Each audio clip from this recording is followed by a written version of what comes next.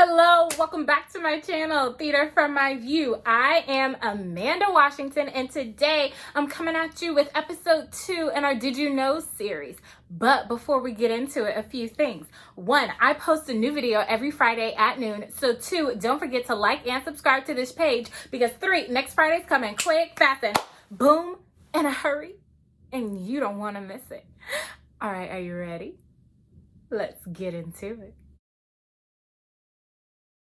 So in today's episode of Did You Know, I'm talking about playwrights and why it's spelled the way it is. And for those of you who haven't taken notice, playwright is spelled Playwright. And that's great and lovely and dandy and all, but why isn't it spelled Playwrite, since, right? That's how you usually, in most circumstances, in the American English, spell right when you're putting pen to paper type of right. Let's make that clarification as well. So why is it the WRIGHT instead of WRITE? Why?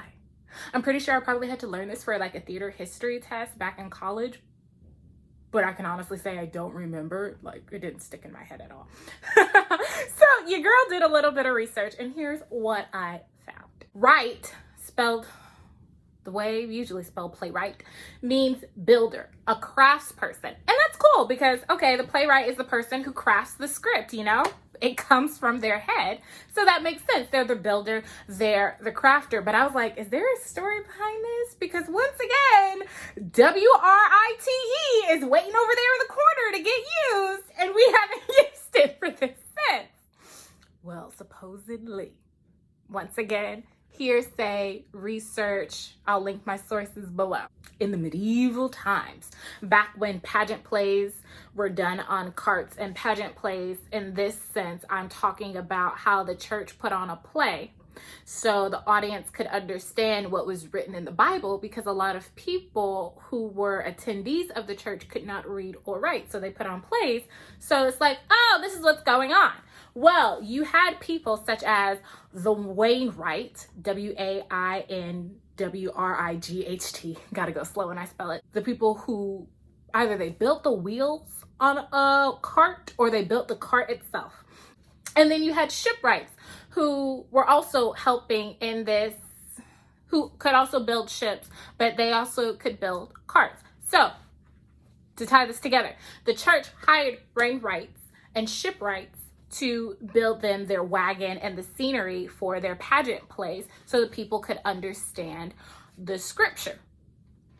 However, when it came time to perform, it's like, we don't have words to this.